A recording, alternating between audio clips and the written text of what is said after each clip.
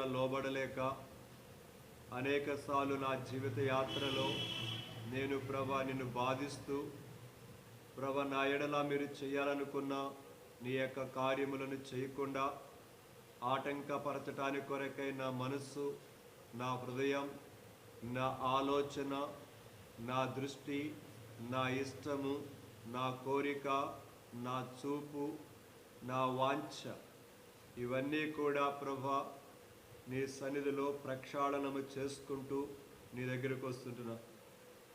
దయగల మా ప్రభు, చేరి వచ్చినట్టు నీ యొక్క మమ్మల్ని అందరినీ కూడా మీరు చూస్తున్నారు ప్రభు. ఎందుకంటే బయటికి ప్రభదేవ అనేక విషయాలు చేయకపోవచ్చు తప్పుగా, కానీ మా మనసు, మా హృదయం, నా హృదయం ప్రభ నన్ను ఎంతగానో ప్రభదేవ నీకు దూరంగా తీసుకొని వెళుతూ ఈ యొక్క వయసులో నన్ను ప్రభదేవ చెరపట్టి ఈడ్చుకొని పోతున్నా ప్రతి విధమైన యొక్క నీకు ఇష్టము లేని అపవిత్రమైన, అసహ్యమైన, అననుకూలమైన వాటన్నిటి నుంచి నన్ను సంపూర్తిగా నీ ఆధీనంలో మీరు ఉంచాను. యవన కాలములో ఉండేటి యొక్క ప్రతి విధమైన ఉద్రేకము కానీ మరి ఆశలు కానీ వాటన్నిటినీ అదుపులో పెట్టుకుంటూ ప్రభ హద్దు మీరి ప్రవర్తించి నీ కోపానికి గురైపోయి ప్రభ తద్వారా మీ ఆశీర్వాదాన్ని దూరం చేసుకోకుండా మమ్మల్ని భద్రపరచు. రాగలైన బిడలను బట్టి నీకే స్తోత్రాలు. చాలామంది యవనస్తులు పిల్లలు మరి ప్రభా కుటుంబాలుగా చేయబడిన వారు కూడా ఇళ్ళ దగ్గరే ఉంటున్నారు ప్రభా. మేమేం చేయలేం. దయగల ప్రభ భారము కలిగి, బాధ్యత కలిగి ఇంకాను భవిష్యత్తులో ప్రార్థించడానికి, పని చేయటానికి, పరిచయం చేయడానికి సిద్ధపరచు. వచ్చిన వారిని బట్టి నీకే స్తోత్రాలు. నీ తెరవబడిన మీ ఆకాశము నుండి నీ మాటలను కోరుకుంటూ ఉండగా వదనాలు, స్తుతులు, స్తోత్రాలు చెల్లించుకుంటూ ఇచ్చిన అమూల్యమైన సమయాన్ని బట్టి స్తుతిస్తూ ఆరాధిస్తూ నన్ను నేనుగా ప్రభదేవా నీ సిలువ మీద ప్రభ బలిపీఠ మీద పెట్టుకుంటూ నా ప్రభును, నా రక్షకుడు నేను యేసుక్రీస్తు ప్రభు వారి యొక్క శక్తి కలిగిన ఔన్నత్య నామమున వందనములు చెల్లించి ప్రార్థిస్తున్నాను తండ్రి, ఆమేన్.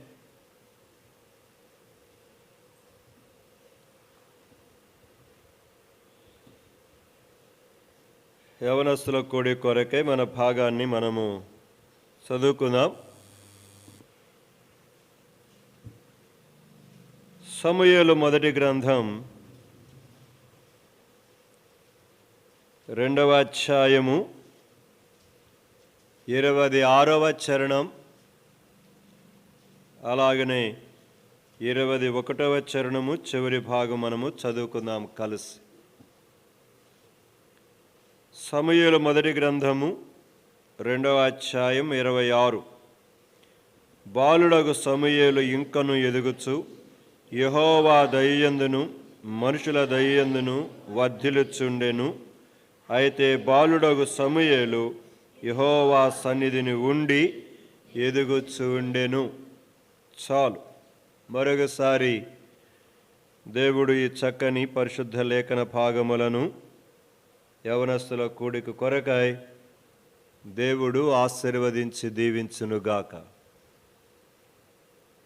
దేవుని యొక్క కోరిక, దేవుని యొక్క ఆశ మన విషయములో ఏమై ఉన్నదో కూడా భక్తుడైన సమూయేలు యొక్క జీవితములో నుండి మనకు జ్ఞాపకం చేస్తుంటున్నాడు దేవుడు. అతడు ఎలాగైతే ఒక ఉన్నతమైన స్థితిలోనికి రావటానికి కొరకై దేవుని సన్నిధిలో ఉండి దేవుడి మీద ఆధారపడుతూ తన జీవితంలో వచ్చే ప్రతి తనను అభివృద్ధి పరచకుండా ఆటంకపరిచే ప్రతి దాని నుండి కూడా తాను ఎంతగా తన జీవితాన్ని జాగ్రత్తగా కాపాడుకుంటూ దేవునిలో ఎదుగుతూ వచ్చాడో, వర్ధిల్లుతూ వచ్చాడో, అభివృద్ధి చెందుతూ వచ్చాడో మనకు అక్కడ భక్తుడైనటువంటి యొక్క సమూయేలు యొక్క జీవితంలో నుండి మనకు జ్ఞాపకం చేస్తుంటున్నాడు. ఒక వ్యక్తి ఎదగటానికి కొరకై అన్ని అనుకూలమైన పరిస్థితులు ఉండవు. ప్రతికూలమైన పరిస్థితులు కూడా ఎన్నో వస్తూ ఉంటాయి. అయితే ఈ అనుకూలమైన ప్రతికూలమైన ఈ పరిస్థితులన్నిటిలో కూడా మనము దేవుడి వైపు చూస్తూ దేవుని యొక్క ఉద్దేశమును జ్ఞాపకం చేసుకుంటూ మన యవన కాలములో ఎదుగుచూ ముందుకు వెళ్ళిపోవచ్చు. అయితే దేవుడు కోరుకున్నంత వేగముగా మనం వెళ్ళలేకపోవచ్చు. దానికి గల కారణం ఈ లోకములో ఉన్న శరీరాశ, నేత్రాశ, జీవపు డంబం మనుషుడిని చనిపోయేంత వరకు ఈడ్చుకుంటూనే వెళ్తూ ఉంటాయి. మరి ముఖ్యంగా యవనకాల జీవితములు అయితే మరి ఇంకా ఎక్కువగా ఈడ్చుకొని వెళ్తూ ఉంటాయి. ఎందుకంటే యవన కాలములో ఆ వయస్సు అనేటువంటిది అన్నిటినీ టేస్ట్ చేయాలి, రుచి చూడాలి. కనుక నేను కూడా తెలుసుకోవాలి, నేను కూడా నేర్చుకోవాలి అనే ఒక కుతూహలం ఉంటుంది. అది మంచిదైనా చెడ్డదైనా. చెడ్డదని ఎప్పుడు తెలుస్తుందంటే దాని ద్వారా నష్టపోయిన తర్వాత అర్థమవుతుంది, ఓహో ఇది చెడ్డదే అనే సంగతి. అప్పటి వరకు అది చెడ్డదే అని అనిపించదు. దేవుని వాక్యం చెబుతూ ఉన్నా, మన ఇంట్లో వాళ్ళు పెద్దవాళ్ళు చెబుతూ ఉన్నా, మన మనసు మాత్రము దానిని అంగీకరించడానికి ఇష్టపడదు యవన కాల జీవితంలో. ఎందుకంటే ఆ మనసు యవన కాలములో ఎన్నెన్నో విధాలుగా పరిగెలెడుతూ ఉంటుందన్నమాట. పరిగెలెడుతూ ఉంటుంది. చూచినది, వినినది, రుచి చూచినది, తాకినది ఏవైతే మనకు ఆహ్లాదకరంగా అనిపిస్తాయో, మళ్ళీ చెప్తున్నాను, చూచుట ద్వారా, రుచి చూచుట ద్వారా, వినుట ద్వారా, తాకుట ద్వారా, లేకపోతే స్మెల్లింగ్ చేయటం ద్వారా ఏవైతే మనకు ఆహ్లాదకరము అని అనిపిస్తాయో దాని వెంట మన మనసు పరిగెడుతుంది. అయితే చూచుట ద్వారా, వినుట ద్వారా, టేస్ట్ చేయటం ద్వారా, వీటన్నిటి ద్వారా ఏది మంచిదిగా ఉండదో దాని విషయంలో మాత్రం కొంచెం మనం వెనుకంజ వేస్తాం. ఉదాహరణగా చెప్తాను మీకు. మనకి మంచి సువాసన అంటే అందరము కూడా ఇష్టపడతాం. అదే ఒకటి దుర్వాసన కొడుతూ ఉంటే అక్కడ ఎవడు కూడా ఉండటానికి ఏ యవనస్తుడు కూడా ఇష్టపడరు. అక్కడ భయంకరమైన దుర్వాసన వస్తూ ఉన్నది. సో అంటే మనసుకు ఆహ్లాదకరమును కానిది ఏదైతే ఉంటుందో అది మాత్రం దాని జోలికి పోరు. ఇంకోటి కూడా చెప్తా, దేవుని మందిరానికి వచ్చి కూర్చొని పాటలు పాడటము, వాక్యం వినటము, దేవుని మందిరములో దేవుని వాక్య ప్రకారంగా మనం నడుచుకోవటము ఇది ఆహ్లాదకరంగా కనబడదు. అయితే లోకములో చాటింగ్ చేసుకోవటం, లేకపోతే వీడియో గేమ్స్ ఆడుకోవటం, లేకపోతే ఇంకా కార్టూన్ నెట్వర్క్ చూసుకోవటం, ఇంకా క్రికెట్ ఆడుకోవటం, ఇంకా అనేకమైనవి కొత్త బట్టలు వేసుకోవటం, మంచి టేస్టీ ఫుడ్స్ తింటాము, కనుక ఫ్రూట్స్ తింటాము, అనేకమైన వాటిని యొక్క మరి టేస్టీ వాటిని యొక్క వంటకాలు తినటం, దీని కొరకై యవన కాలము చాలా తప్పిస్తుంది. ఎందుకంటే అవన్నీ మనసుకు ఆహ్లాదకరంగా ఉంటాయి కాబట్టి. అయితే ఏది మనసుకు ఆహ్లాదకరం అని అనిపించిందో ఈ లోకంలో ఎక్కువ పర్సెంటేజ్ చెప్తున్నాను, అన్నీ కాదు, ఎక్కువ పర్సెంటేజీ మనిషికి అనారోగ్యాన్ని తీసుకొస్తుంది, మనిషిని పాడు చేస్తుంది, జీవితాన్ని సర్వనాశనము చేస్తుంది.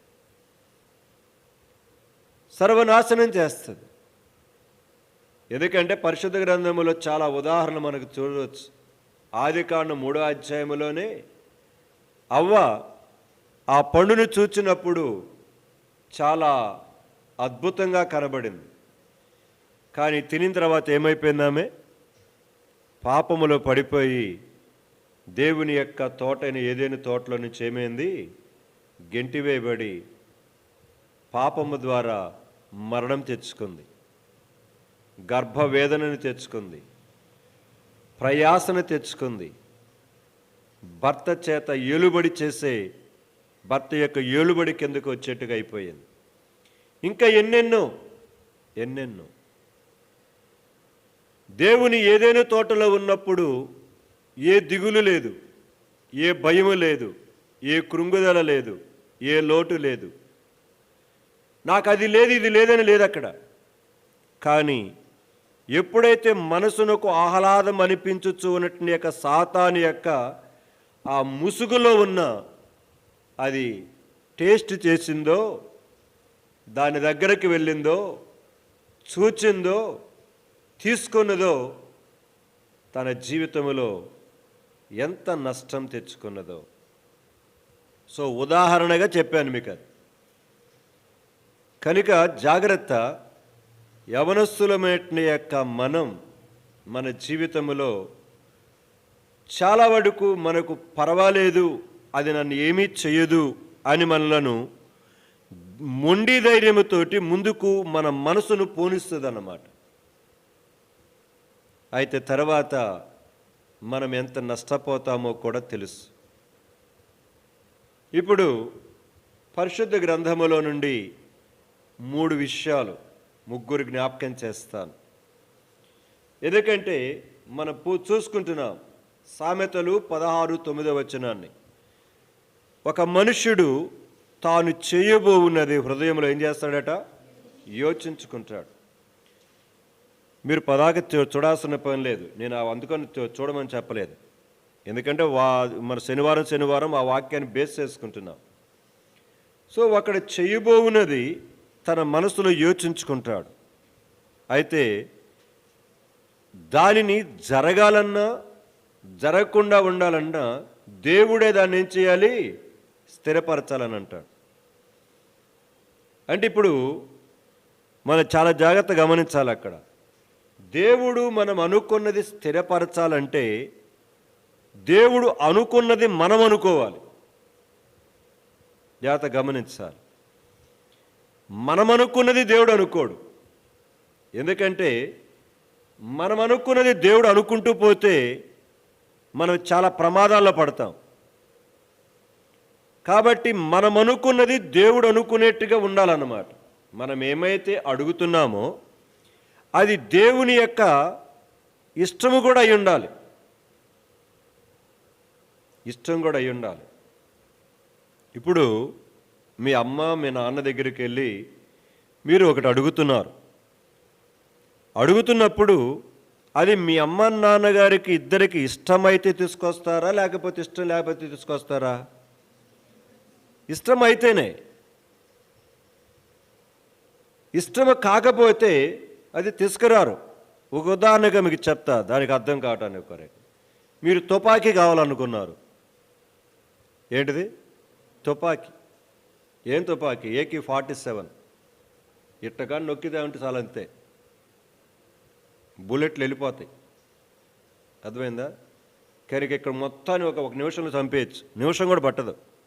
ఒక్కసారి అట్లా అంటే చాలు, ట్రిగర్ నొక్కితే చాలు, మొత్తం వెళ్ళిపోతాయి బుల్లెట్స్ మొత్తం. సో AK-47 కొనిపెట్టమని మీ అమ్మాళ్ళు అడిగారు. లేకపోతే ఒక నాటు బాంబును కొనిపెట్టమని మీరు అడిగారు. అట్లా వేయటంతో ఏమవుద్ది? కనుక మొత్తం పేలిపోద్ది అన్నమాట. ఇప్పుడు అది మీకు ఇష్టంగా ఉంది, కానీ మీ అమ్మా నాన్నలకి ఇష్టం లేదు. కొనిపెడతారా? అంటే ఇప్పుడు మీరు అడిగేది మీ అమ్మా నాన్నలకు ఇష్టంగా ఉండాలి. అది మీరు అడిగినప్పుడే వారు దానికి ఓకే అని చెప్తారు. సో ఇక్కడ ఒకడు తాను చెయ్యబోవున్నది హృదయములో యోచన చేసుకుంటాడు. అయితే యోచన చేసుకున్న అది దేవుని యోచనలో, దేవుడి ఉద్దేశములో అది నీకు శ్రేయస్కరమైనది, నీకు ప్రయోజనకరమైనది అని అనిపిస్తే దేవుడికి తప్పనిసరిగా దేవుడు ఏం చేస్తాడు? ఒక చిన్న ఉదాహరణకి చెప్తాను మీకు అర్థం అవటానికి. నేను భాగానికి వెళ్ళే ముందు మనందరూ తెలిసిందే, రాజుల మొదటి గ్రంథములో 3వ అధ్యాయంకి వచ్చేసరికి సొలొమోను రాజుగా చేయబడతాడు. 2వ అధ్యాయంలో రాజుగా చేయబడ్డాడు. ఇప్పుడు తర్వాత దేవుని సముఖానికి వెళ్ళి ప్రార్థన చేసుకొని బలి అర్పిస్తాడు. అక్కడ బలి అర్పించిన తర్వాత దేవుడు ప్రత్యక్షం, వినండి, మీరేం తీయాల్సిన పని లేదు, వినండి, నేను చెప్పినప్పుడు దీన్ని వినండి. ఎప్పుడైతే బలి అర్పించాడో ఆ రాత్రి దేవుడు ఏమైనాడు? తన కల్లో ప్రత్యక్షమైనాడు. ప్రత్యక్షమై దేవుడు అంటున్నాడు, నేను నీకు ఏదైనా ఒకటి ఇవ్వాలనుకుంటున్నానయ్యా, నీకు ఏది కావాలో అడుగు అన్నాడు. నీకేది కావాలో అడుగు అన్నాడు. ఇప్పుడు సొలొమోను అడిగినట్టు ఆ ప్రార్థన దేవుడు ఏం చేశాడు? దానికి ఓకే చెప్పాడు. చేత గమనించాలి. అంటే సొలొమోను అడిగినది దేవుడికి ఎలాగుంది? ఇష్టంగా ఉంది. సొలొమోను అడిగినది దేవునికి ఇష్టముగా ఉండటం బట్టి అతడు అడగకపోయినా కూడా ఇంకా కొన్ని ఏం చేశాడు అతనికి? ఆ మాట కూడా చూద్దాం రండి. రాజుల మొదటి గ్రంథం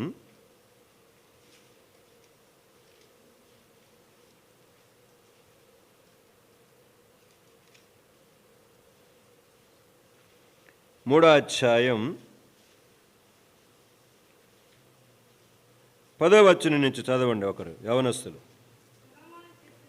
సొలొమోను చేసిన ఈ మనవి ప్రభువునకు అనుకూలమాయను గనుక దేవుడు అతనికి ఈలాగు సెలవిచ్చెను, దీర్ఘాయువునైనను ఐశ్వర్యమునైనను నీ శత్రువుల ప్రాణమునైనను అడుగక. గమనించాలి ఆ పదాలు. ఏం అడగలేదట? దీర్ఘాయువు అడగలేదట. రెండవది ఐశ్వర్యం అడగలేదట. మూడవది నీ శత్రువుల ప్రాణాలు అడగలేదట. అడగక ఇప్పుడు చదువు, న్యాయమును గ్రహించుటకును వివేకము అనుగ్రహించుమని నీవు అడిగితివి. ఏమడిగాడట? కనుక 2 విషయాలు చెప్పాడు. న్యాయములను గ్రహించుటకు, రెండోది వివేకము అనుగ్రహించుమని. న్యాయమును గ్రహించటానికి నాకు వివేకం దయచేయి ప్రభువా. అద్భుతమైన కోరిక. దేవుని దగ్గర ఇష్టపడి అడిగాడు. అడిగిన వెంటనే దేవుడు దానిని శబాష్ అన్నాడు. ఇప్పుడు నీవు ఇలాంటివి అడిగావు కాబట్టి అని చెప్పి ఏమంటున్నాడు? దాన్ని కంటిన్యూ చేయండి. నీవు ఈలాగును అడిగినందున నీ మనవి ఆలకించుచున్నాను, బుద్ధి వివేకముల గల హృదయము నీకు ఇచ్చుచున్నాను. పూర్వీకులలో నీ వంటి వాడు ఒకడునూ లేడు, ఇక మీదట నీ వంటి వాడు ఒకడునూ ఉండడు. మరియు గమనించాలి ఇక్కడి నుంచి, మరియు నీవు ఐశ్వర్యమును ఘనతను ఇమ్మని అడుగకపోయినను నేను వాటిని కూడా నీకు ఇచ్చుచున్నాను. చాలంతే. చూసారా పదం? నువ్వు ఇమ్మని అడుగకపోయినా కూడా నేను వాటిని నీకు. ఇప్పుడు గమనించుకోండి ఈ పదం మనకు. ఒకడు తాను చేయబోవున్నది హృదయములో యోచన చేసుకుంటాడు, దేవుడు దానిని స్థిరపరుస్తున్నాడు. ఇప్పుడు దేవుడే అడిగాడు నీకేం కావాలి అని. అడిగినప్పుడు అతడు చాలా అద్భుతమైన కోరిక కోరాడు. అసమానమైన కోరిక అది.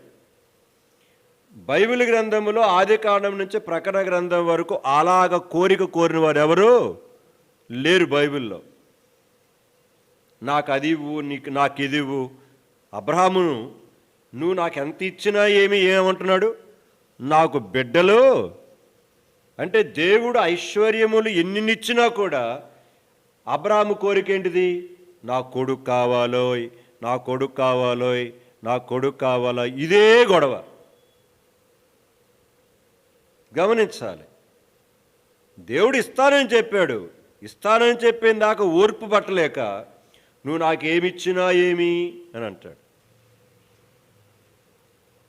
యవనస్తులారా, ఈ రాత్రి మనము దేవుని దగ్గర ఏమైతే అడుగుతున్నామో అది దేవుడు ఇష్టపడేదిగా ఉంటే మనం అడిగిన దానికితో కూడా ఇక్కడ రాయబడిన మాట ప్రకారముగా దేవుడు అతడికి నీతి న్యాయములతోటి గ్రహించుట కొరకైన వివేకముతో కూడా ఐశ్వర్యమును, ఘనతను, పేరు ప్రఖ్యాతులను ఇచ్చాడు. ఎంత అద్భుతమైన కోరిక! తను అడిగిన దానికి ప్లస్ ఇంకా అనేకమని ఇవ్వటానికి కొరకై ఇష్టపడ్డాడు. యవనస్తులారా, ఇక్కడ కూర్చున్న మనమందరం కుటుంబాలుగా చేయబడిన వారం కానీ పెద్దవారము కానీ దేవుని దగ్గర మనం ఇలాంటి యొక్క ఉద్దేశములను లేకపోతే ఆలోచనలను మనము యోచన చేసుకోవటం చాలా మంచిది. అందుకని యేసుక్రీస్తు ప్రభు కూడా అంటాడు, శిష్యులు వచ్చి కొన్ని విషయాలు అడుగుతుంటే మీరు ఏం అడుగుతున్నారు మీకే తెలియదని అంటాడు. మీరు ఏం మాట్లాడుతున్నారో ఏం అడుగుతున్నారో మీకు తెలియదు. నిజమే, చాలాసార్లు మనకు అన్నీ తెలుసు అనుకుంటూ నేను అడుగుతున్నది కనుక నా అవసరతే కదా అని మనం అనుకుంటాం. కరెక్టే, నీకు ప్రస్తుతము డబ్బు కావాలి, నీకు ప్రస్తుతము ఘనత కావాలి, నీకు ప్రస్తుతం బండి కావాలి, నీకు ప్రస్తుతం ఇంకోటి కావాలి. కానీ దేవుడు దానికంటే ఇంకోటి నీకు అవసరం, అది నేను ఇస్తా ముందలంటున్నాడు దేవుడు. నువ్వు అది కోరుకో అంటున్నాడు దేవుడు. దాన్ని నా దగ్గర అడుగు అంటున్నాడు. సో మీరు ఎప్పుడు కూడా జ్ఞాపకం చేసుకోండి. యవనస్తులైన పిల్లలకు నేను చెప్తున్నాను, మందిరంలో కూడా చెప్తుంటాను, మీరు ఎప్పుడు డబ్బు కావాలని మీరు ఎప్పుడు ఆశించబాకండి. మీరు కానీ డబ్బుల గురించి కానీ, వెలగలిగినటువంటి యొక్క బట్టలను గురించి కానీ, వెలగలిగిన వస్తువులను గురించి కానీ మీరు ఎప్పుడు అడుగుతూ పోతే దేవుని దగ్గర అవి మీ జీవితాలకు అందించబడవు. ఒకవేళ మీకు దొరికినా కూడా వాటి ద్వారా మీ ప్రశాంతత ఉండదు. ఒకటి నేర్చుకోండి ఎప్పుడు కూడా, ప్రభువా నేను ఏదైనా నీ దగ్గర అడుగుతూ ఉంటే అది నాకు ప్రయోజనకరమైనదిగా ఉండుట కొరకు నాకేం చేయి, నేర్పించు. అది నీ దగ్గర అడగటానికి నాకు నేర్పించు. లేకపోతే మనం అనుకున్నది ఒకటవుతుంది, అనుకున్నది పొందుకున్న తర్వాత దాని ద్వారా ప్రయోజనము కంటే నష్టమే ఎక్కువ వస్తుంది. అప్పుడు నీకు ఆశ్చర్యం వేస్తుంది, ఇదేంటిది ఇది. ఇప్పుడు నేను అలాంటి సందర్భాలు తీసుకురాబోతున్నా. బైబిల్లో మనకు తెలిసిన భాగాలే, నేనేం మర్మాలని చెప్పట్లేదు. వారు అనుకున్నారు ఆ పరిస్థితులలో ఇలాగ జరిగిస్తే బాగుంటుంది కదా, ఈ పరిస్థితులలో అనుకున్నారు. అనుకున్న తడవే వాళ్ళ జీవితాల్లో వాటిని కలిగి ఉండటానికి కొరకై వారు ప్రయాసపడ్డారు, వెళ్ళారు, సంపాదించుకున్నారు. కానీ అది వారిని ఏం చేసిందంటే నెమ్మది లేకుండా చేసేసింది. కనుక యవనస్తులారా, ఈ రాత్రికాల సమయంలో జాగ్రత్త. మీ చదువు విషయమైన, మీ ఉద్యోగ విషయమైన, మీ వివాహ విషయమైన, మీరు ఏదైనా ఒక వస్తువు వాహనాన్ని కొనే విషయమైన, మీ ఒంటి మీద వేసుకునే బట్టల దగ్గర కూడా చెప్తున్నాను నేను. కనుక దేవుడికి ఇష్టమైనదేనా నేను అడుగుతున్నది అనేది పరిశీలన చేసుకోండి. ఎందుకంటే ఒక వచనం కూడా ఉంది, మొదటి యోహాను పత్రిక 5వ అధ్యాయం 5వ అధ్యాయం వచనము 15వ వచనం చదువుతారా? మనం ఏమి అడిగినను ఆయన మన మనవి ఆలకించునని మన మెరిగిన ఎడల మనం ఆయనను వేడుకొనినవి మనకు కలిగినవని ఎరుగుదుము. 14వ వచనం కూడా, ఆయనను బట్టి మనకు కలిగిన ధైర్యమేదనగా ఆయన చిత్తానుసారముగా మనమేది అడిగినను ఆయన మన మనవి ఆలకించుననిది. గమనించాలి, ఆయన చిత్తానుసారముగా, ఆయనకు ఇష్టమైనదిగా. ఇప్పుడు సొలొమోను అడగమని చెప్పాడు కదా దేవుడు. ఇప్పుడు సొలొమోను అడిగింది దేవునికి అది ఇష్టమైనదని సొలొమోనుకేం తెలుసా?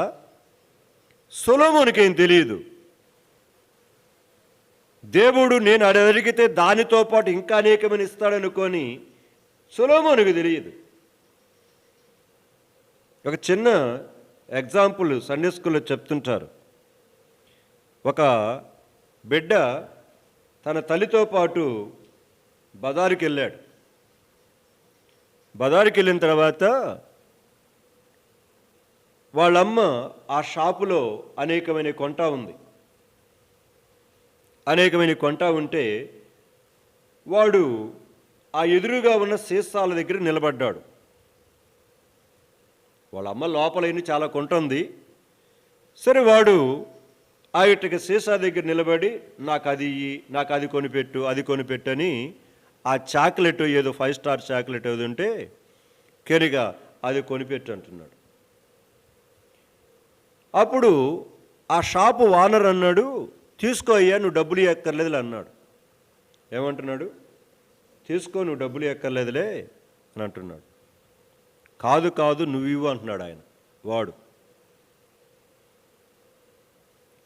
నువ్వు తీసుకోమంటున్నాడు కదరా, తీసుకోరంటున్నాడు. వాడంటున్నాడు నువ్వు ఇవ్వు అంటున్నాడు. ఎందుకు చెప్పండి? వీడు తీసుకుంటే ఒకటే తీసుకుంటాడు, ఆయన ఇస్తే గుప్పిడితోటి ఇస్తాడన్నమాట. అది ఆశ వాడికి. వీడి చెయ్యి కంటే ఆయన చెయ్యి ఏంటిది? పెద్దది. కాబట్టి నేను తీసుకొని నువ్వివ్వు అంటున్నాడు అనమాట. అప్పుడు ఆయన యొక్క వానరు గుప్పిడితో తీసుకొని ఆ చాక్లెట్లు కొన్ని ఇస్తే అప్పుడు వాడు చాలా సంతోషించి ఇంటికి వెళ్ళిన తర్వాత వాళ్ళ అమ్మ అడిగింది, ఎందుకు రా పని చేసావంటే, నేను తీసుకుంటే ఒకటే తీసుకుంటా, ఆయన ఇస్తే చాలా ఇస్తాడు. పరలోకమందున దేవుడు కూడా మన విషయంలో ఆయన ఒకటి కాదు మనకి ఇవ్వాలనుకుంటుంది, గుప్పిడితోటి దోషులతోటి మనకివ్వాలనుకుంటున్నాడు. యవనస్తులారా, కుటుంబస్తులారా, మనం ఏకాడికి పితికి ఆ పిల్లలు కానీ ముక్కులో పొక్కు అంత పెడతారనమాట. కేరిగా కొంచెం పెట్టు అంటే వాడు ఏం చేస్తాడు, ముక్కు నోటితో కొరికి దాన్ని తుంచి ఇటు తుంచి ఇటు పెడతాడు, ఇదిగో అని. అయితే తల్లి పెడితే అలా పెడుతుందా? పెట్టదు. మరి పరలోకమందున దేవుడు కనుక పితికి పెడతాడా? దేవుడు ఇచ్చేది సమృద్ధిగా ఇస్తాడు. సో యవనస్తులారా, జ్ఞాపకం చేసుకోండి, రాత్రి దేవుని సన్నిధిలో చాలాసార్లు మనకేదో బాగా తెలుసు అనుకొని మనం కూడా యోచన చేసి దాని ద్వారా మనం ఏదో నెమ్మది పొందాలనుకుంటాం. కానీ అవి మన జీవితాలకు నెమ్మది ఇవ్వటానికి బదులుగా దుఃఖాన్ని తీసుకొచ్చి పెడతా ఉంటాయి. సమూయేలు మొదటి గ్రంథానికి ముందు ఉన్నది రూతు పుస్తకం. తీయండి. ఆ సమూయేలు గ్రంథానికి ముందుగానే రూతు గ్రంథం ఉంటుంది. తీయండి. రూతు గ్రంథము 1వ అధ్యాయం చదువుతారా? మొదటి నుంచి. న్యాయాధిపతులు ఏలిన దినముల యందు దేశములో కరువు కలుగగా యూదా బెత్లెహేము నుండి ఒక మనుష్యుడు తన భార్యను తన 2 కుమారులను వెంటబెట్టుకొని మోయాబు దేశమున కాపురముండుటకు వెళ్ళేను. గమనించాలి. ఇప్పుడు యూదా దేశమైన బెత్లెహేములో ఏమొచ్చిందంట? కరువు వచ్చింది. కరువు అంటే ఇది సామాన్యంగా ఉండదు, మీకు తెలియదు. చాలా చోట్ల నేను ఇక్కడికి వచ్చిన కొత్తలో ఒక సంవత్సరం నీళ్లకు భలే కరువు వచ్చింది. నీళ్లకు భలే కరువు వచ్చింది, చాలా కష్టమైందన్నమాట. సో ఆ కరువు మరలా అలాంటి కరువు ఏం రాలేదు నాకు తెలిసి. కానీ దాదాపు తర్వాత చిన్న చిన్నవి వచ్చినాయి, కానీ నాకు తెలిసింటే ఆ సంవత్సరం మీద నాకు గుర్తులేదు. అసలు బావుల దగ్గర కూర్చొని, ఆ లంకారకుంట దగ్గర కూడా కూర్చొని కనుక నీళ్లు గీరుకొని తెచ్చారు. నాకు 2 బొంగలు తీసుకురావటానికి రోజంతా కూర్చున్నారు, తీసుకొచ్చి పెట్టారు. నాకు ఆ నీళ్లు తాగిన తర్వాత వేడి చేసింది.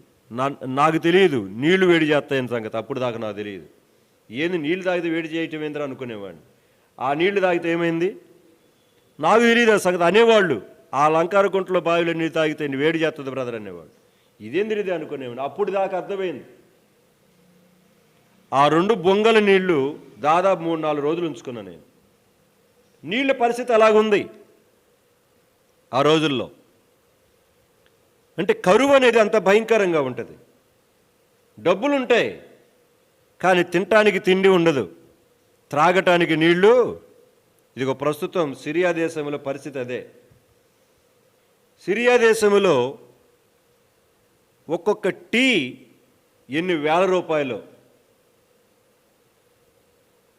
భయంకరమైన పరిస్థితి. ప్రస్తుతం ఆఫ్ఘనిస్తాన్లో కూడా అట్లనే ఉంది. కనుక వస్తువులు చాలా తారాస్థాయికి వెళ్ళిపోయిన రేట్లు, ఎందుకంటే ఆర్థికమైన మాంద్యం ఏర్పడిపోయింది. ప్రస్తుతం మనం చూస్తూ ఉన్నాం, మనం కొనుక్కొని వస్తువులు కూడా రేట్లు చాలా పెరిగిపోతున్నాయి. రాబోయే రోజుల్లో ఇది చాలా తారాస్థాయికి రాబోతూ ఉంది. ప్రకటన గ్రంథం 6వ అధ్యాయములో కొలత ప్రకారమే నూనె, కొలత ప్రకారమే ఆహారం. చూడండి, ప్రకటన గ్రంథం 6వ అధ్యాయం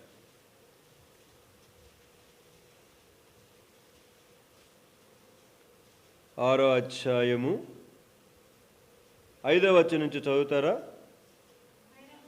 ఆయన 3వ ముద్రను విప్పినప్పుడు రమ్ము అని 3వ జీవి చెప్పుట వింటిని. నేను చూడగా ఇదిగో ఒక నల్లని గుర్రము కనబడెను, దాని మీద ఒకడు త్రాసు చేత పట్టుకొని త్రాసు అంటే ఏంటిది? తూకం, కాటా వేస్తారే అది. ఆ త్రాసు పెట్టుకొని కూర్చుని ఉన్నాడట.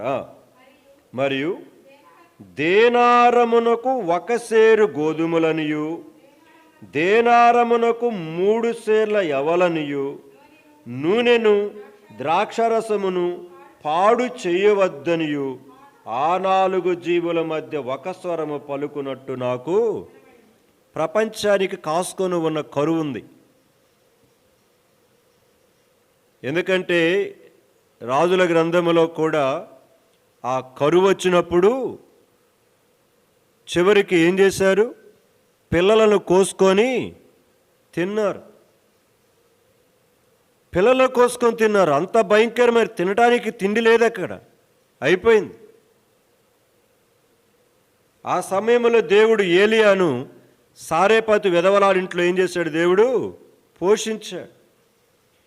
ఆయగట్ని యొక్క ఏలియాను ఆ కెరీతు వాగు దగ్గర ఆయగట్ని యొక్క కరువులో ఆకాశ పక్షులు కాకులకు సెలవిచ్చి ఉదయం సాయంకాలం రొట్టెల మాంసం చేత దేవుడు ఏం చేశాడు?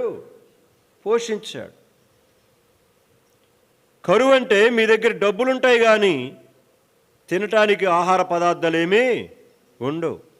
ఉన్నా కూడా మీరు అంత పెట్టి కొనే స్థితి మీ దగ్గర ఉండదన్నమాట.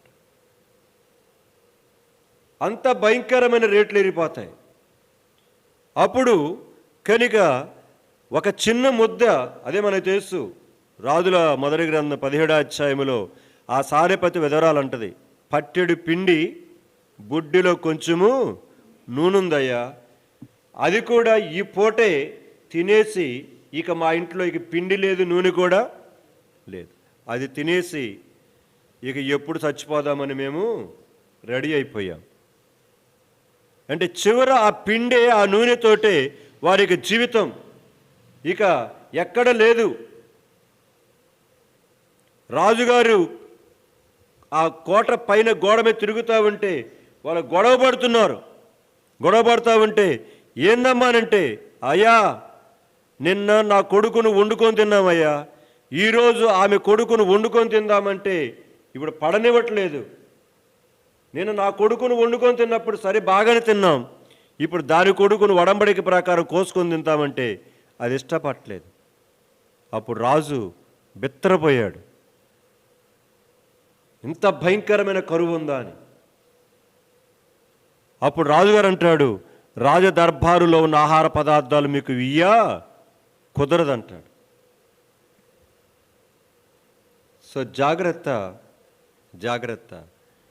కరువు ఎప్పుడైతే వచ్చిందో ఈ కరువులో వారు ఏం చేశారు, ఇక్కడ కాదు మరి ఇంకో చోటకి వెళ్ళి మనం ఏం చేద్దాం అనుకున్నారు, క్షేమంగా ఉందాం, బ్రతుకుదాం, అక్కడికి వెళ్ళి మనము 4 డబ్బులు సంపాదించుకొని మన కుటుంబాన్ని కట్టుకుందాం అని ఇప్పుడు ఆ కుటుంబ యజమానుడు, ఆ యజమానుడి యొక్క భార్య, 2 కొడుకులు, మొత్తం 4 కలిసి ఏం చేశారు, మోయాబు దేశానికి వెళ్ళిపోయారు. చదువుదాం 3వ వచనం. నయోమి పెనిమిటి అయిన ఎలిమెలకు అది పోయిన తర్వాత మొదటికి ఏమైపోయినాడంటే, ఎవరు చనిపోయినాడంట చూడండి. అదేదో సామెత చెబుతారు, కొండ నాలుగు మంది ఎత్తేనంట ఉండ నాలుగు కూడా పోయిందంట. అర్థమైందా? మంది దేనికి వేశారు? కొన్నిసార్లు జలుబుకు మందు వేస్తే జ్వరం వస్తుంది, జ్వరానికి మందు వేస్తే గుండె నొప్పి వస్తుంది. అంటే సైడ్ ఎఫెక్ట్స్ కొడతాయి. ఇంతకుముందు పెన్సిలిన్ ఒక ఇంజెక్షన్ ఉండేది, ఇప్పుడు కూడా ఉంది. అది ఒక్కసారి మీకు ఎక్కించరు పెన్సిలిన్ ఇంజెక్షన్. మీరు వెళ్ళిన తర్వాత జస్ట్ సూది పెట్టి గుచ్చి ఒక డ్రాప్ మీకు ఎక్కిస్తారు. ఎక్కించిన తర్వాత ఒక 10 నిమిషాలు అటు కూర్చోమంటారు. కూర్చున్న తర్వాత మీరు తట్టుకోగలిగితే మాత్రమే తర్వాత ఏం చేస్తారు ఆ ఇంజెక్షన్ను. ఎందుకంటే నేను కూడా ఎంచుకున్నా, ఎందుకంటే యాంటీబయాటిక్ లాంటిది అది. ఆ పెన్సిలిన్ ఇంజెక్షను అందరికి పడదు, అది కొంచెం ఎక్కిస్తారు. అది సరే పడింది అనుకుంటే అప్పుడు ఏం చేస్తారు, దాన్ని కనుక ఎక్కించి కూర్చోబెట్టిన తర్వాత 10 నిమిషాలు పావుగంట తర్వాత ఎక్కిస్తారన్నమాట పూర్తిగా ఆ ఇంజెక్షన్. అంటే నేను ఎందుకు చెప్తున్నానంటే, ఇప్పుడు వారు ఒక మనుష్యుడు తాను చేయబోవున్నది హృదయంలో ఏం చేశాడు, యోచించారు. ఇప్పుడు నయోమి యొక్క భర్త, కొడుకులు అందరు 4 కలిసి తాము చేయబోవున్నది ఏం చేశారు, యోచించారు. తమ దేశంలో కరువు ఉన్నది, అక్కడ బాగా హాయిగా సమృద్ధి ఉన్నది మోయాబు దేశంలో. మనం అక్కడికి వెళ్ళి ఈ కరువు రోజులలో కూడా మనం 4 డబ్బులు సంపాదించుకొని మనం తిరిగి వద్దాం. ఇక్కడ ఉన్నట్టు యొక్క ఆ డబ్బులు కూడా మొత్తం ఖర్చు అయిపోతే భవిష్యత్తులో ఉండవు. వాళ్ళు లేకేం కాదు, సర్వ సమృద్ధి కలిగిన దానిని నేను వెళ్ళి తిని అంటది. చూడండి ఆ మాట ఉంది అక్కడ, సమృద్ధి కలిగిన దానిని వెళ్ళి తిని. 21వ వచనం, నేను సమృద్ధి గలదాననై వెళ్ళి తిని యెహోవా నన్ను రిక్తురాలినిగా. సో కరువు దినాలలో యోధా బెత్లెహేములో ఉంటే ఈ డబ్బులు కాస్త తొందరగా అయిపోతాయి. ఈ కరువు ఎప్పుడు పోద్దో తెలియదు. కరువు పెరిగే కొలది వస్తువుల రేట్లన్నీ ఏమవుతాయి, రోజు రోజుకు పెరిగిపోతాయి. కాబట్టి మనమేమైనా దాదాపుగా 20 సంవత్సరాలు 30 సంవత్సరాలు దాచిపెట్టుకున్న డబ్బులు సంవత్సరం కూడా వస్తాయో రావో. కాబట్టి ఈ సంవత్సరం లోపల ఈ డబ్బులు అయిపోయేదానికి బదులు మనం అక్కడికి వెళ్ళేసి దీనితో పాటు ఇంకా కొంచెం డబ్బులు సంపాదించుకొని వద్దామని ఉద్దేశించి అక్కడికి వెళ్ళారు.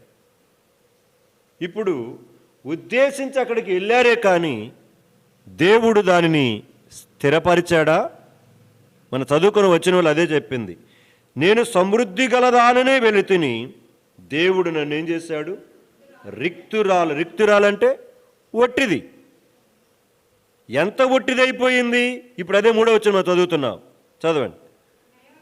నయోమి పెనిమిటి అయిన ఎలీమెలకు చనిపోయిన తరువాత ఆమెయు ఆమె 2 కుమారులను మొదటి పెట్ట ఎగిరిపోయింది. ఇంటి యజమానుడు ఏమైపోయినాడు? చనిపోయాడు. ఇప్పుడు వారు ఉద్దేశించిన యోచన నెరవేర్చబడుతుందా అని అడుగుతున్నా. వారు ఏమైతే ఉద్దేశించారో, అనుకొని వెళ్ళారో జరుగుతుందా? చెప్పండి అన్నలారా, జరుగుతుందా? వారు ఏమని అనుకొని వెళ్ళారు? కరువులో కాస్త కోస్తో మోయాబు దేశంలో సమృద్ధి ఉంది కాబట్టి కొంచెం సంపాదించుకొని వద్దామని లేరు. సంపాదించుకొని వద్దామని లేరు సంగతి తర్వాత అసలు ప్రాణమే ఏమైంది? పోయింది. అందుకని ఒకడు సర్వలోకమును సంపాదించుకొని తన ప్రాణాన్ని పోగొట్టుకుంటే, సో దేవుని వాక్యము చాలా శ్రేష్టమైనది. అందుకొని సాతాను కూడా యోబు గ్రంథం 2వ అధ్యాయములో రెండోసారి శోధిస్తూ దేవుడి దగ్గరికి వచ్చి మాట్లాడుతున్నాడు.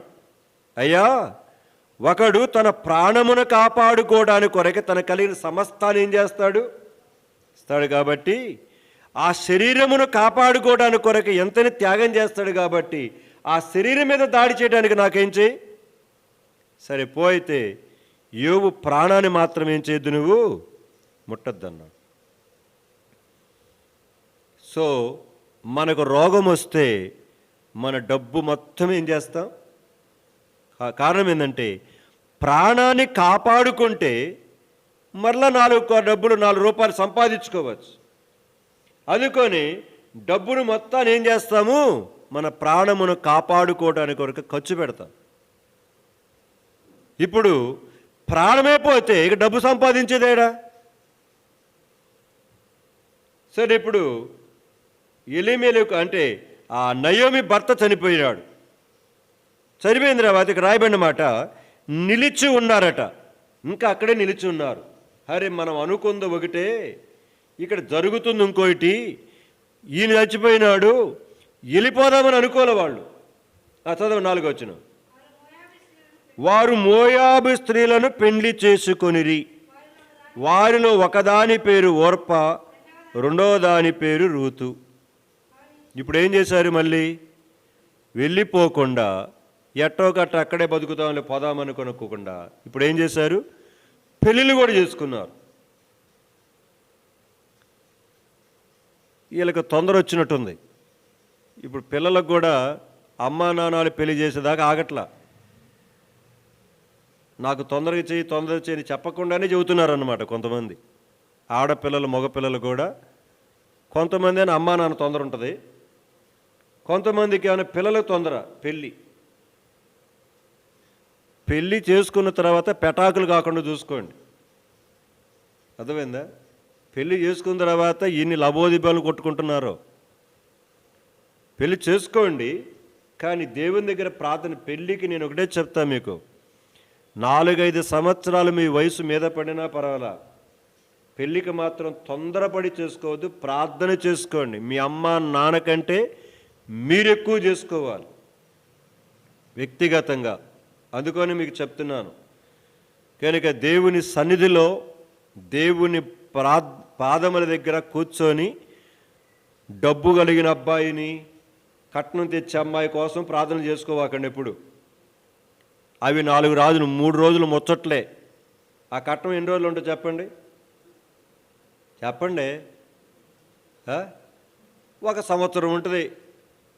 తర్వాత మళ్ళీ సంపాదించుకోవాలిగా. కాబట్టి డబ్బుల వైపు చూడబాకండి, అందం వైపు చూడబాకండి. ఈ 2 డేంజరే. సో దేవుడు ఏమైతే మీ విషయంలో ఎవరిని జతపరచాలని కోరుకున్నాడో, ఎందుకంటే ఆదికాండం 2వ అధ్యాయములో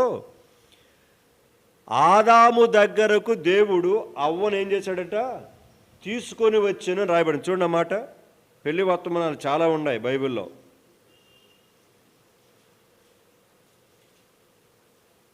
22వ వచనం చదవండి, లేకపోతే 21, 22. ఆది కాండము 2, 21, 22. అప్పుడు దేవుడైన యెహోవా ఆదామునకు గాఢ నిద్ర కలుగ చేసి అతడు నిద్రించినప్పుడు అతని ప్రక్కటెముకలలో ఒకదానిని తీసి ఆ చోటును మాంసముతో పూడ్చివేసెను. తరువాత దేవుడైన యెహోవా తాను ఆదాము నుండి తీసిన ప్రక్కటెముకను స్త్రీనిగా నిర్మించి ఎవరి దగ్గర తీసుకొచ్చారు? దేవుడే ఆదాము దగ్గరకు అవ్వను ఏం చేశాడు? తెచ్చాడు. తెచ్చేదాకా ఏడాగుతున్నారు ఇప్పుడు? ముందర వీళ్ళే తెచ్చుకుంటున్నారు. నువ్వు చేస్తావా అది మేము చేసుకోమంటావా? ఏంటిది? నువ్వు చేస్తావా? ఎందుకురా నాయన మేమే చేస్తాం, నన్ను ఏం చేస్తున్నారు? కనుక ఇప్పుడే గబ్బు గబ్బు అయిపోయింది, మేమే చేస్తాంలే అయ్యా. ఇప్పుడు ఏం చేస్తున్నారు? సో జాగ్రత్త. సో మన భాగానికి వెళ్ళిపోదాం. సో ఇప్పుడు ఆ పరిస్థితులలో మనం అనుకున్నది ఒకటి, దేవుడు జరిగిస్తుంది ఇంకొకటి అని. కానీ 3వ వచనముతోటి క్లోజ్ అయిపోయి వెళ్ళిపోకుండా సరే కనుక అక్కడే ఉందాం, ఇంకా చూద్దాం అనుకొని చెప్పి అక్కడ ఉన్న అమ్మాయిలు కూడా పెళ్ళి చేసుకున్నారు. సరే పెళ్లి చేసుకున్నారు, బాగానే ఉంది. ఏమైంది ఇప్పుడు? చదవండి. వారు ఇంచుమించు 10 సంవత్సరములు అక్కడ నివసించిన తరువాత మహులోను కిల్యోను ఇద్దరును, చూడండి ఎంత దారుణం జరుగుతుందో. ఒకడు తాను చేయబోవునది హృదయములో యోచన చేసుకొనును, అయితే యెహోవా దానిని ఏం చేస్తాడు? స్థిరపరుస్తాడు. నీవు అనుకున్నది నీ జీవితంలో స్థిరపరచాలన్నా దానిని క్యాన్సిల్ చేయాలన్నా ఆయనకు తెలుస్తుంది. నేను ఇక్కడ మీకు జ్ఞాపకం చేస్తున్నది ఏంటంటే, యవనస్తులైన పిల్లలారా, మనము కూడా ఇక్కడ కూర్చున్న మనమందరము కూడా నయోమి భర్త, నయోమి యొక్క 2 కొడుకులు వలె మనం కూడా ఏదో చేయాలనుకొని, ఏదో సంపాదించాలనుకొని, ఏదో మన జీవితాన్ని నెమ్మదిపరుచుకోవాలని, ఇక్కడ కాదు అక్కడికి వెళ్తే బాగుంటుంది, ఇది కాదు దాన్ని చూస్తే బాగుంటుంది, ఇది కాదు దాన్ని తింటే బాగుంటుంది, ఇది కాదు దాన్ని వేసుకుంటే బాగుంటుంది, ఇది కాదు దాన్ని చూస్తే బాగుంటుందని ఎన్నెన్నో కోరికలతోటి వెళ్ళిపోతూ ఉంటారు. జాగ్రత్త. లోకంలో ఇంకో సామెత ఉంది, దూరపు కొండలంట నున్నంగా ఉంటాయట. అది కొండ నున్నంగానే కనబడద్ది, దగ్గరికి వెళ్తే కానీ అది కరుకో గొరుకో అప్పుడు అర్థం అవుతుంది. అబ్బా ఎంత నున్నంగా ఉంది అనుకుంటాం, దగ్గరికి వెళ్తే కానీ అబ్బా మన వల్ల కాదురా ఎక్కటం అనుకుంటారనమాట. ఎందుకంటే అంత భయంకరంగా ఉంటుంది. అలాగనే యవనస్తుల జీవితాల్లో కూడా ఇక్కడ నయోమి తన భర్త తన కొడుకులు ఎలాగైతే ఆశించి అక్కడికి వెళితే మన జీవితాలు ఎంతో ఆశీర్వాదకరంగా ఉంటాయి అనుకున్నారో, కానీ వారు అనుకున్న ఉద్దేశాన్ని దేవుడు స్థిరపరచలేదు. కాదు కదా, వారు అనుకున్న దానికి వ్యతిరేకంగా జరుగుతూ ఉన్నది. వారు నివసించిన 10 సంవత్సరాలలో నయోమి భర్త చనిపోయాడు. పిల్లలు పెళ్లి చేసుకుంటే పిల్లలు చనిపోయినారు, మిగిలింది కోడళ్ళే. పిల్లలు కూడా లేరు ఇంకా అక్కడ వాళ్ళకి. చూడండి, వారు సమృద్ధితో వెళ్ళి ఏమైపోయినారు? ఏమీ లేకుండా ఖాళీగా వచ్చేసారు. ఈ దినాల్లో యవనస్తుల యొక్క జీవితాలు కూడా ఏవేవో హృదయాల్లో ఉద్దేశిస్తున్నారు, ఏవేవో ఆలోచిస్తున్నారు. అయితే మీ ఆలోచనలు దేవుని చిత్తానుసారముగా ఉండటలే. మీ కోరికలు మీ ఫ్రెండ్స్ యొక్క ఆలోచన ప్రకారం వెళ్తున్నాయి. మీ కోరికలు మీ యొక్క తోబుట్టుల యొక్క ఆలోచన ప్రకారం వెళ్తున్నాయి. మీ కోరికలు మీ కొలీగ్స్ యొక్క ఆలోచన ప్రకారం వెళ్తున్నాయి. మీ కోరికలు కొన్నిసార్లు మీ అమ్మ నాన్న ఇష్ట ప్రకారం వెళ్తున్నాయి. ఎందుకంటే నా జీవితమే దానికి ఉదాహరణ. నేను బాప్తీసం తీసుకునేటప్పుడు ఆటంకం వచ్చింది మా ఇంట్లో. నేను ఒకటే చెప్పే తీర్మానం చేసుకొని, నేను తీసుకునేదే అని. అది అయిపోయిన తర్వాత వివాహ విషయంలో కూడా నాకు చాలా ఆటంకాలు వచ్చాయి. నేను తెగేసి చెప్పాను. ఎందుకంటే కొన్ని నిర్ణయాలు వ్యక్తిగతంగా మనం తప్పనిసరిగా తీసుకోవాలి. సేవ విషయం కూడా అదే జరిగింది. మా ఇంట్లో వాళ్ళు ఎవ్వరికి ఇష్టం లేదు, కానీ దేవుడికి నేను లోబడాలి. ఎందుకంటే నన్ను తల్లిదండ్రులు శారీరకంగా కన్నారేమో, కానీ నా భవిష్యత్తు నా దేవుడి చేతిలో ఉంది. నా క్షేమాన్నే కోరుతారు నా తల్లిదండ్రులు. ఇక్కడ కూర్చున్న మీ తల్లిదండ్రులు కూడా మీ క్షేమాన్నే కోరుతారు, మీ నష్టాన్ని కోరరు. అది చదువు విషయమైనా, ఉద్యోగ విషయమైనా, వివాహ విషయమైనా, ఏదైనప్పటికీ. కానీ మీ అమ్మ నాన్నళ్ళు, నీ తోటి ఫ్రెండ్స్, నీతో ఉన్న ఇంకెవరైనా తోబుట్టువులు, వారు ఏమైతే చెబుతున్నారో అది మీ క్షేమానికి కరమైందిగానే కనబడవచ్చు, కానీ అది దేవుడి చిత్తమ కాకపోతే దానిని ఇష్టపడి మీరు కానీ చేశారంటే చివరికి జీవితాంతం ఏడ్చేది మీరు. కాబట్టి ఈ విషయాల్లో యవనస్తులైన పిల్లలకి నేను పదే పదే చెప్తున్నాను, వివాహాలు కాకముందే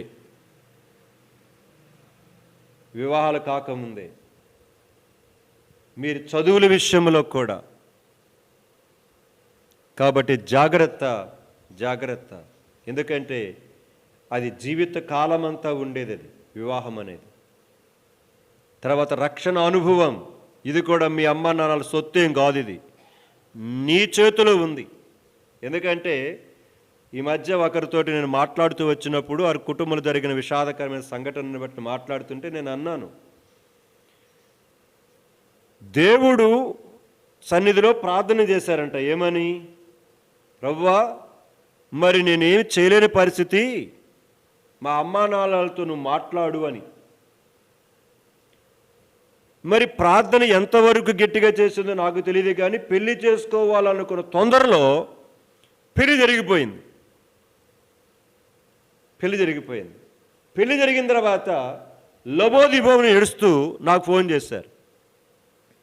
నేను అన్నాను, దేవుడి దగ్గర నువ్వు ప్రార్థన చేశావు, మీ అమ్మా నాన్నల చేతిలో నువ్వు వదిలేశావు.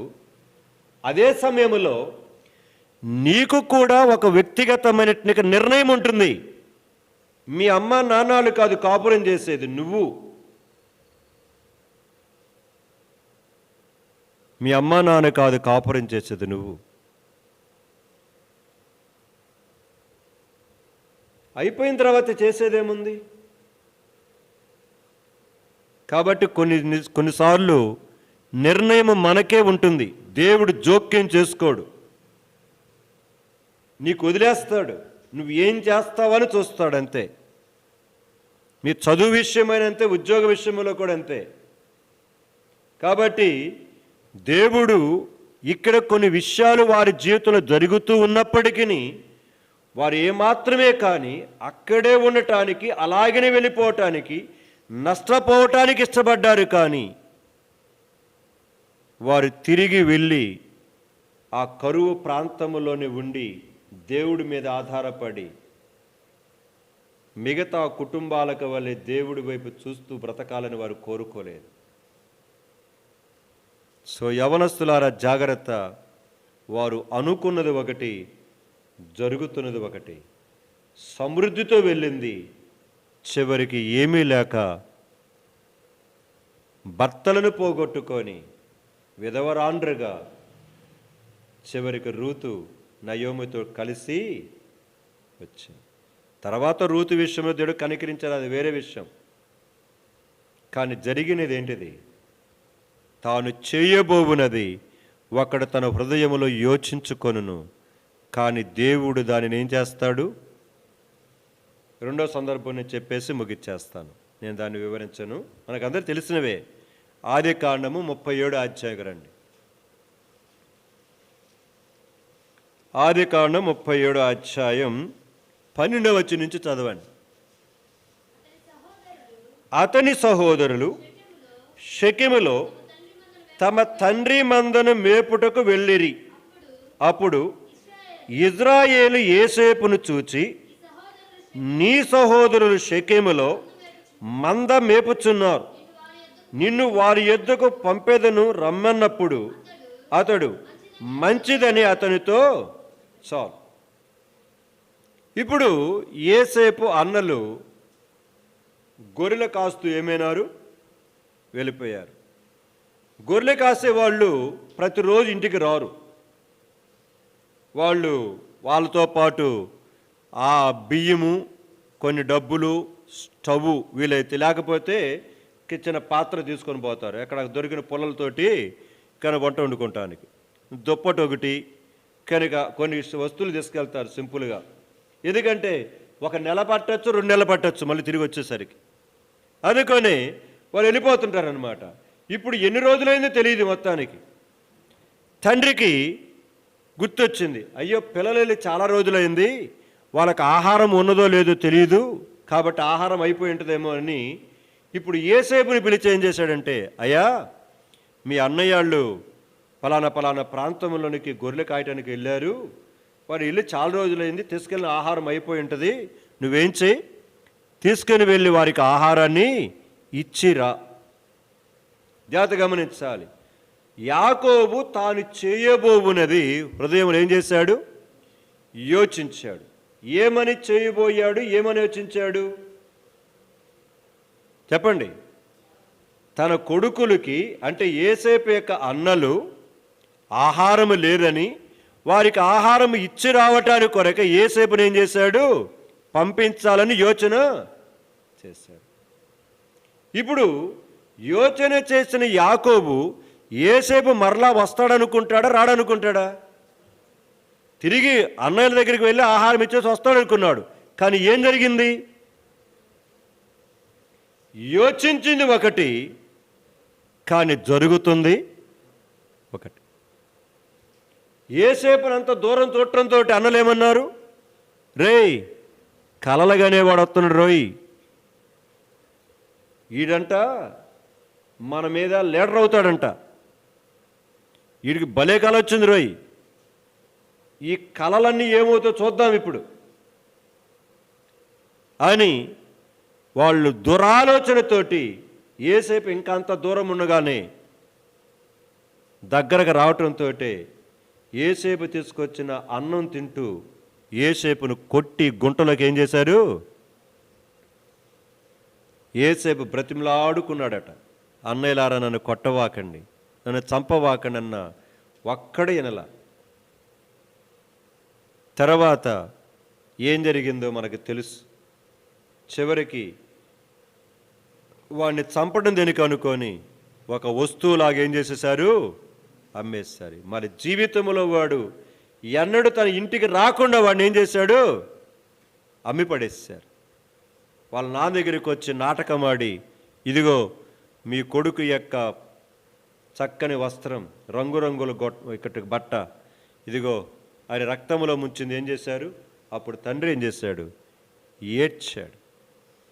ఒకడు తాను చేయబోవున్నది హృదయంలో యోచన చేశాడు, కానీ యోచన చేసింది ఒకటి, జరిగింది ఒకటి. యవనస్తులారా, నేను ఇక్కడ ముగిచ్చేస్తున్నాను, బైబిల్ మూసేయండి.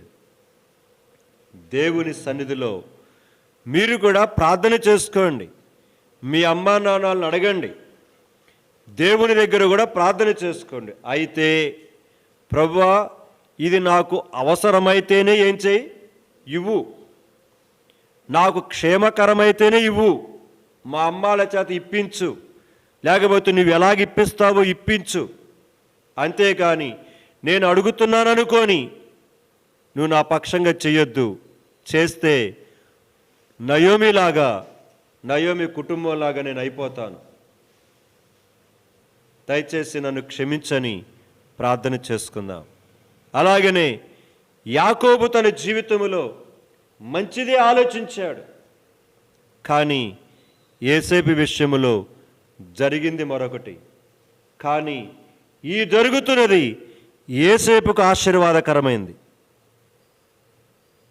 ఈ రెండో పాయింట్ జ్ఞాపకం చేసుకోండి. ఈ జరుగుతున్నది యోసేపునకు ఆశీర్వాదం.